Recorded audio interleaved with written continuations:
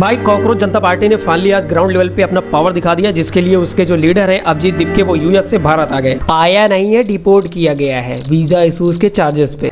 तो हाँ, अभिजीत दीपके एयरपोर्ट पर पहुंचते ही सबसे पहले हमारे इंडिया के एजुकेशन मिनिस्टर के रेजिग्नेशन की मांग करने लगे, जिससे मैं 100% एग्री करता हूं कि हाँ भाई उसकी मांग बिल्कुल सही है। चलिए आज सीजेपी के लीडर्स और उसके स्पोक्स पर्सन के बैकग्राउंड को हम साइड में रख देते हैं। आज हम सिर्फ बात करेंगे कि आज जंतर मंतर पर क्या हुआ। वैसे तो सीजेपी के इंस्टाग्राम पर 20 मिलियन से ज्यादा फॉलोअर्स है, तो ऐसा अनुमान लगाया गया था कि आज जंतर मंतर पे 10,000 से ज्यादा की पब्लिक आ सकती है प्रोटेस्ट करने के लिए। लेकिन इन रियलिटी वहां पर सिर्फ उतने ही प्रदर्शनकारी थे जितने की वहां पर रिपोर्टर्स थे। तो इससे आप ये समझ सकते हो कि इंस्टाग्राम पर फॉलोअर्स इकट्ठा करने में और ग्राउंड लेवल पे काम करने में जमीन आसमान का फर्क होता है। चलिए अब बात करते हैं इनके डिमांड्स की। तो हाँ भाई, इनकी डिमांड्स बिल्कुल सही है। बहुत जरूरी हो गया है उन दिमकों को सरकार से बाहर निकालना जो सिस्टम के अंदर बैठ करके स्टूडेंट्स के भविष्य को खा रहे हैं। पर अब यहाँ पर सवाल ये आता है कि क्या हम अपनी इन डिमांड्स को पूरा करने के लिए ऐसे लोगों को सपोर्ट करें जो उमर खालिद जैसे देशद्रोहियों को अपना बाप मानते हैं। उमर खालिद तुम्हारा लीडर है।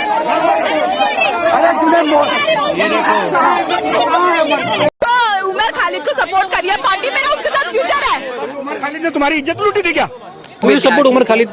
आई सपोर्ट उमर खालिद, यस। और पता है वहाँ पर प्रोटेस्ट के नाम पर राजनीति हो रही थी। वहाँ पर तुम गए हो स्टूडेंट्स की डिमांड को सरकार के सामने रखने के लिए या स्टूडेंट्स पर हुए अत्याचार के खिलाफ आवाज उठाने के लिए।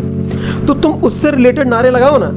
वहाँ पर ब्राह्मणवाद से आजादी के नारे क्यों लग रहे हैं? अब मेरा सवाल यहाँ पर यह है इन कॉकरोचों से कि पेपर लीक का जात से क्या कनेक्शन है? क्या पेपर लीक होने से किसी ब्राह्मण स्टूडेंट का जीवन बर्बाद नहीं होता है? या पेपर लीक करने वाला ये ध्यान में रख कर पेपर लीक करता है कि इससे किसी ब्राह्मण स्टूडेंट का जीवन बर्बाद नहीं होगा? और क्या तुम्हारे 22 मिलियन फॉलोअर्स में ब्राह्मण या क्षत्रिय नहीं है? मतलब अभी ऐसा हो गया है कि दुनिया में अगर कोई भी प्रॉब्लम हो रही है, अगर इनका खाना तक नहीं पच रहा है तो उसके पीछे ब्राह्मण जिम्मेदार है। दुनिया में प्रलय आ जाए, भूकंप आ जाए, कुछ भी हो जाए, बस इनको क्या है, बस वही एक नारा रट लिए हैं, ब्राह्मणवाद से आजाद। पता है ये लोग रटंतु होते हैं।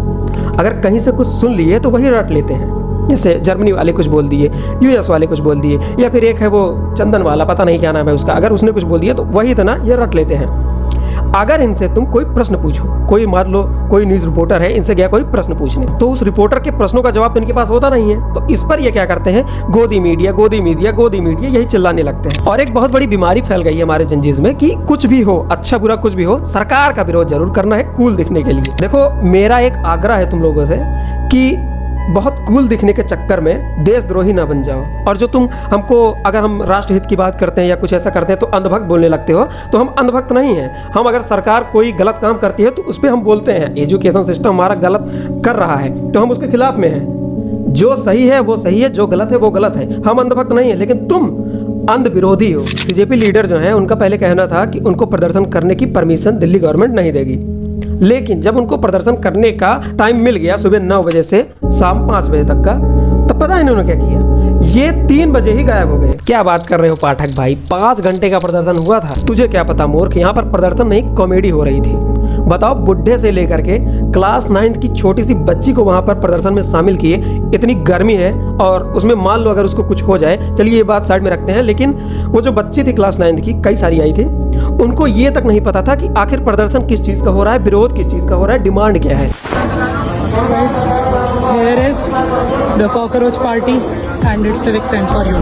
और तुम इनसे उम्मीद कर रहे हो कि ये सिस्टम को साफ रखेंगे। देखिए, अगर कुछ कर्तव्य सरकार के हैं तो कुछ कर्तव्य हमारे भी हैं, जनता के भी कुछ कर्तव्य होते हैं। देखिए, इसको एक ऐसे एग्जांपल से समझिए कि डस्टबिन में पड़े हुए कूड़े का बंदोबस्त सरकार करेगी, ये सरकार का कर्तव्य है, लेकिन डस्टबिन में कूड़ा डालने का कर्तव्य हमारा है कि ये नहीं कि कहीं भी हमने फेंक दिया। पर पाठक भाई तू इनको क्यों समझा रहा है, ये तो कॉकरोचेस हैं, कहीं भी हक सकते हैं।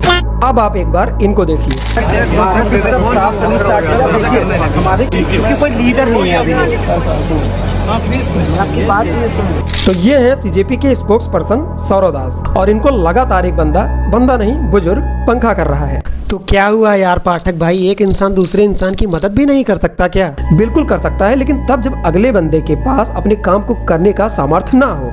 लेकिन ये तो खाली बैठा हुआ है। इसकी हिपोक्रेसी तो देखिए, कह रहा है यूथ फॉर यूथ और खुद एक बुजुर्ग से पंखा करवा रहा है। वाह रे सीजेपी।